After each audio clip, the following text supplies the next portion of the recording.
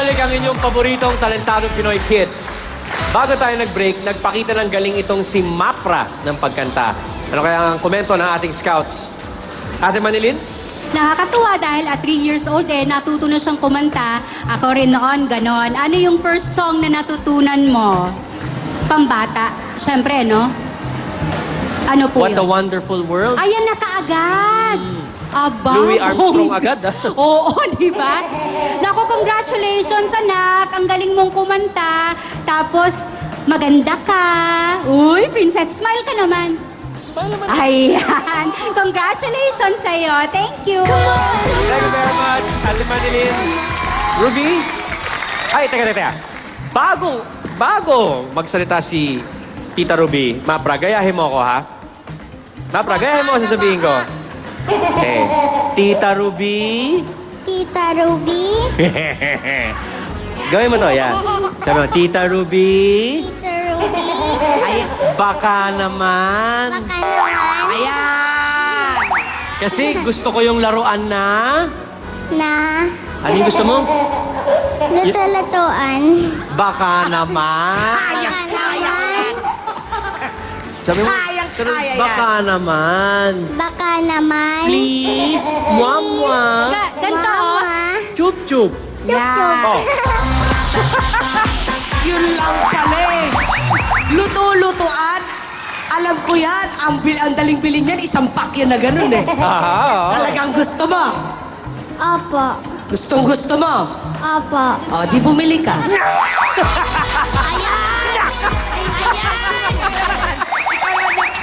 Teka muna. Yun lang pala eh. Oo naman.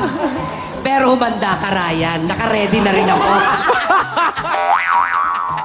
Di ba, Edjang na? Oo naman. Ihanda mo na, Ryan. Hindi, natutuwa ako sa'yo, Mapra, kasi bukod sa napakagaling mong umawit at 6 years old ka pa lang, gaganda pa ng todo-todo ang boses mo. Ang maganda pa nito, mahilig kang magbasa ng libro. At sa edad mong yan, nagbabasa ka na ng libro. Kasi ngayon, yung mga bata, nakakalimutan na nila na importante ang magbasa ng libro. Tama. Mahilig siya sa mga alamat. Correct. Mahilig ka sa mga alamat. Opo. Anong mga alamat yung paborito mo? Alamat ng manok, alamat ng baboy, alamat... Ayun na nga! Hinihintay ko! Ayan! Ayan na! Hinihintay ko! Bakit? Malalaman mo na! Bakit? Hirap na ako sa pagkatao ko! Alam mo naman pala eh. Bakit ba? Ano ang alamat ng baboy? Gusto niya malaman kung saan siya nagsimula. Hirap na ako! Kaya mo yun. Baboy ako! Baboy kapatid ko! Ang bababoy namin!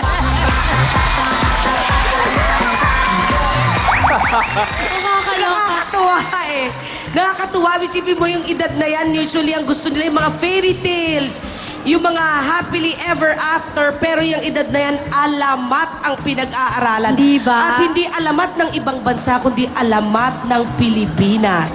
Oh, ang galing, no? Very good. Dahil dyan, Napakahusay mo. At dahil dyan, gayahin mo ako. Tito Ryan, Tito Ryan, wala po akong hinihingi. wala po. Ako, hinihingi. Hingi. Pero, Pero, mahilig ako mahilig ako magbasa. magbasa.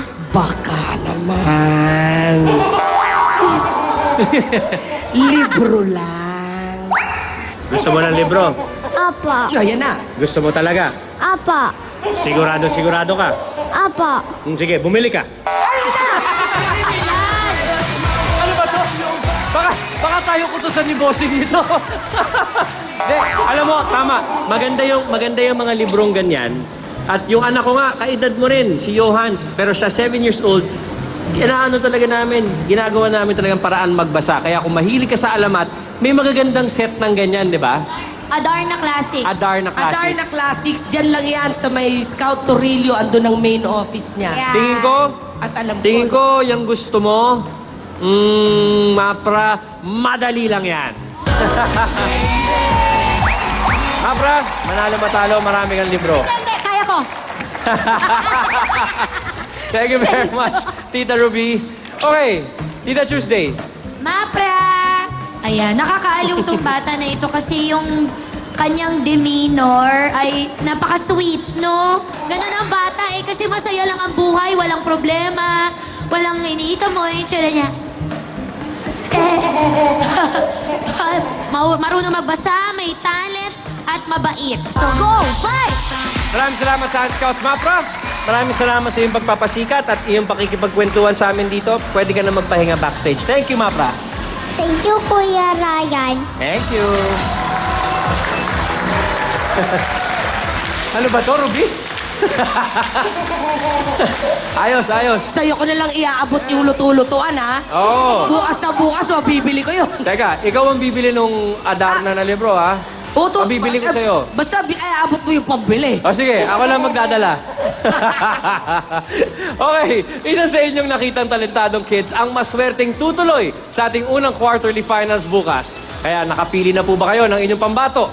Pues, bibigyan pa namin kayo ng ilang minuto para makapagdesisyon. In the meantime, panoorin natin ang mga highlights ng ating huling auditions. Invasion ng audition dito sa SM Sukat kung saan kay daming gustong magpasikat at mga kakayahan ay sari-sari sa mga talentong mundi. May boses na mali Waiting for you. hanggang sa malaki.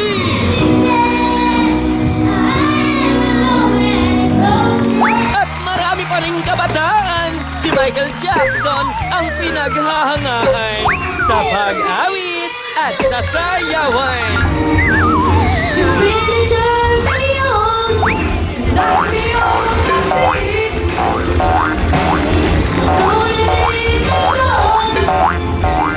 Bilib na bilib kami sa lahat ng sumali at malay mo baka ikaw ang talentado kid na aming tinatanaw. Walang humpay na saya at aliw ang ating auditions, kaya tinatawagan po ang mga talentadong kids, sali na kayo! Pero eto na po, hawak ko na ang resulta para sa gabing ito at ang talentadong Pinoy kid na mananalo ngayong gabi ay tatanggap ng 50,000 pesos at makikita uli natin bukas sa ating kauna-unahang quarterly finals. Ang iba naman ay mag-uwi ng 5,000 pesos each. At tulad po ng aming laging sinasabi, kids, manalo man o matalo, tunay na kayong panalo dahil kasama na kayo dito sa entablado, kaya palakpakan po natin sila. Pero eto na.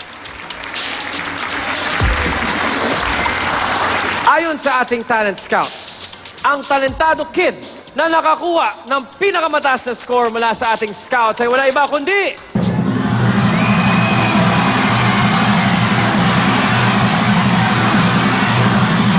congratulations!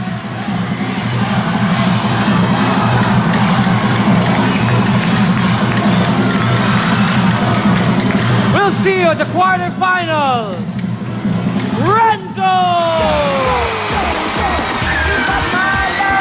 Congratulations, Renzo! Ito ang iyong trophy. Magkikita tayo sa quarterfinals. Kids, maraming salamat.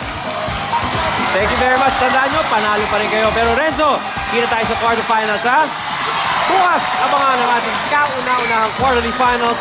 Kaya nung exciting na labanan yon. So till then, ako po si Ryan Agoncillo. At ito ang Kids Edition ng Nag-iisang